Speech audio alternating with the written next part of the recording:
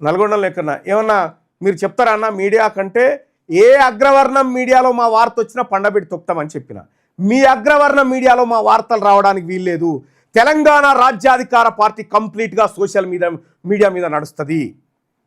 మీ దొంగ పేపర్లలో, మీ దొంగ పత్రికలలో, మీ దొంగ ఆర్టికల్స్లలో బీసీ ఉద్యమాలను అత్యంత చిన్నగా చూపించి వెలమలు అప్పర్ క్యాస్ట్ల ఉద్యమాలు చాలా పెద్దగా చూపించేటువంటి మీ దొంగ పత్రికలు మాకొద్దు. కాబట్టి బీసీ ప్రజలారా, మనం సోషల్ మీడియాని నమ్ముకోవాలి.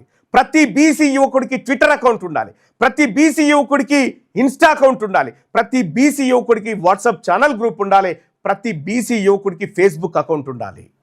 అందులో మన భావజాలం వ్యాప్తి చేయాలి. నేను చెప్పినటువంటి అంశాన్ని పెట్టి డిబేట్కు రమ్మని ఎవడన్నా వస్తాడేమో. మీ అందరి కోసం మేము అహోరాత్రులు కష్టపడి నిద్రను బంద్ చేసుకొని మరీ ఇదంతా రీసెర్చ్ చేస్తూ ఉన్నాం. కాబట్టి తెలంగాణ రాజ్యాధికార పార్టీ వార్తలు మీ దొంగ అప్పర్ క్యాస్ట్ మీడియాలో రావద్దు. వార్నింగ్, ఇది వార్నింగ్, రావద్దు.